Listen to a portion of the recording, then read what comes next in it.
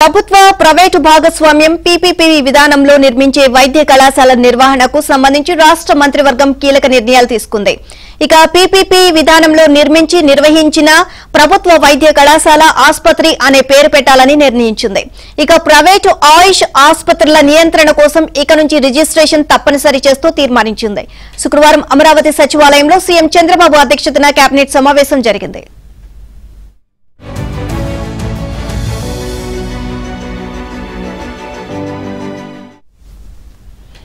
ఆదోని, మార్కాపురం, మదనపల్లె, పులివెందుల వైద్య కళాశాలలకు కేటాయించిన భూముల్లో 60 ఎకరాల మేర తగ్గిస్తూ నిర్ణయం తీసుకున్నట్లు తెలియజేశారు.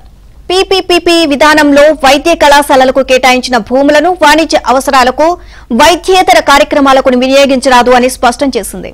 ఈ భూముల్లో 625 పడకల ఆసుపత్రి, 150 యూజీ, 24 పీజీ సీట్లతో కూడిన కళాశాల, వసతి గృహాలు, బోధనేతర సిబ్బంది నివాసాల నిర్మాణాలకు ప్రాధాన్యం ఇవ్వాలని నిర్ణయించింది.